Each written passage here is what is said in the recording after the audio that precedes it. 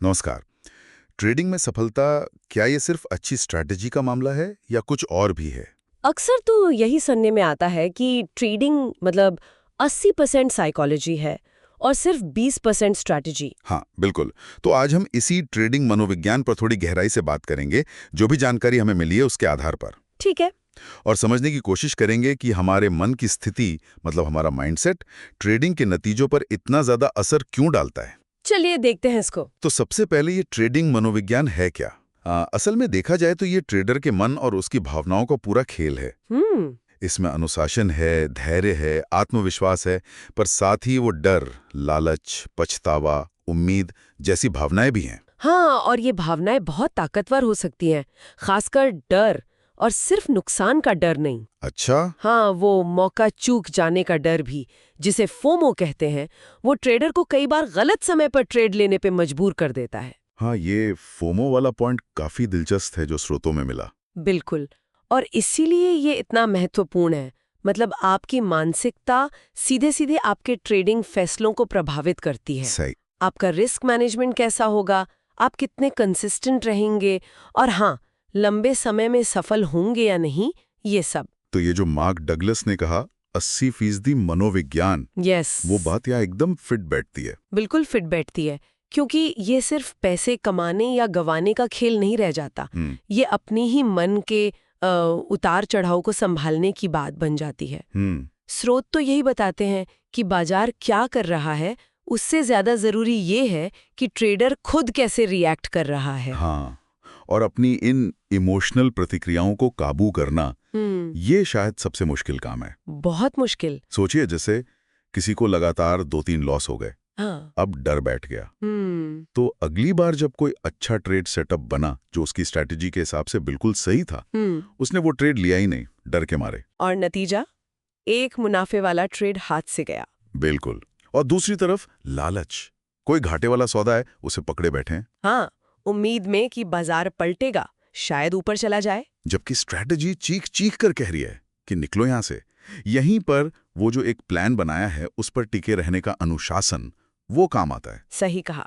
और जब ये मनोवैज्ञानिक पकड़ मतलब दिमागी कंट्रोल कमजोर होता है, तो फिर नतीजे दिखने लगते हैं। कैसे नतीजे? अनुशासनहीनता, एकदम साफ।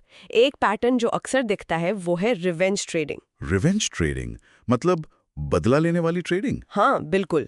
पिछले नुकसान का बदला लेने के लिए बिना सोचे समझे ज्यादा रिस्क वाले ट्रेड लेना, ये बहुत आम है। अच्छा। या फिर स्टॉप लॉस लगा तो रखा है, पर जैसे ही प्राइस वहां पहुंचने लगता है, उसे हटा देना या और नीचे कर देना। ये सोचकर कि शायद यहीं से वापस घूम जाए। हाँ, इसी उम्मीद में। देखिए, नुकसान को स्वीकार करना, उसे मानना, ये ट्रेडिंग का हिस्सा है। इसे सीखना ही पड़ता है। बात कही आपने, नुकसान को हार ना समझना। तो सवाल यह है कि इसे सुधारा कैसे जाए, इस इमोशनल रोलर कोस्टर को कैसे संभाला जाए। हाँ, अच्छी बात यह है कि इसके तरीके हैं। स्रोत कई कारगर तरीके बताते हैं। जैसे? एक जिसे बार बार अहम बताया गया है, वो है ट्रेडिंग जर्नल मेंटेन करना। ट्रेडिंग जर्नल मतलब सिर्फ क्या ट्रेड लिया, कब लिया, ये लिखना? नहीं, उससे कहीं ज्यादा।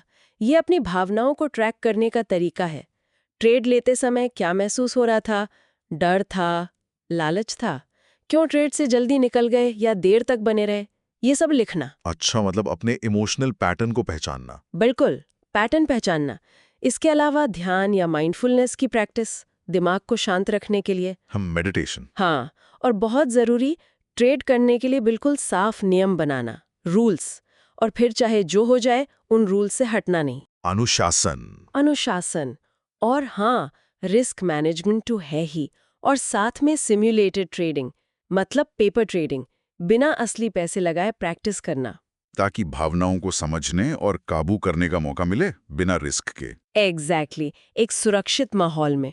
तो इन सब तरीकों को अगर हम बड़ी तस्वीर में देखें तो ये सब मिलकर लंबी अवधि की सफलता की नींव रखते हैं। बिल्कुल। जैसा कि महान निवेशक बेंजामिन ग्राहम ने कहा था, एक निवेशक की सबसे बड़ी समस्या और उसका सबसे बड़ा दुश्मन शायद वो खुद होता है। क्या खूब कहा है।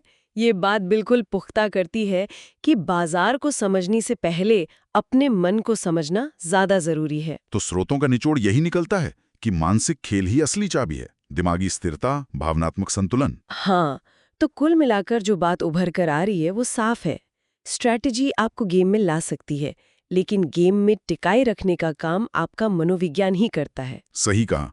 सफलता और असफलता के बीच का जो महीन सा फर्क है वो अक्सर यही मानसिकता होती है। रणनीति जरूरी है, पर वो अकेली काफी नहीं। बिल्कुल। चलिए सुनने वालों के लिए एक सवाल छोड़ जाते हैं। हाँ। सोचिए अगर 2 ट्रेडर्स हैं, दोनों बिल्कुल एक जैसी कामयाब रणनीति इस्तेमाल कर रहे हैं, बिल्कुल सेम, तो लंबे समय में वो कौन सी एक चीज होगी जो एक को सफल बनाएगी और दूसरे को असफल कर देगी?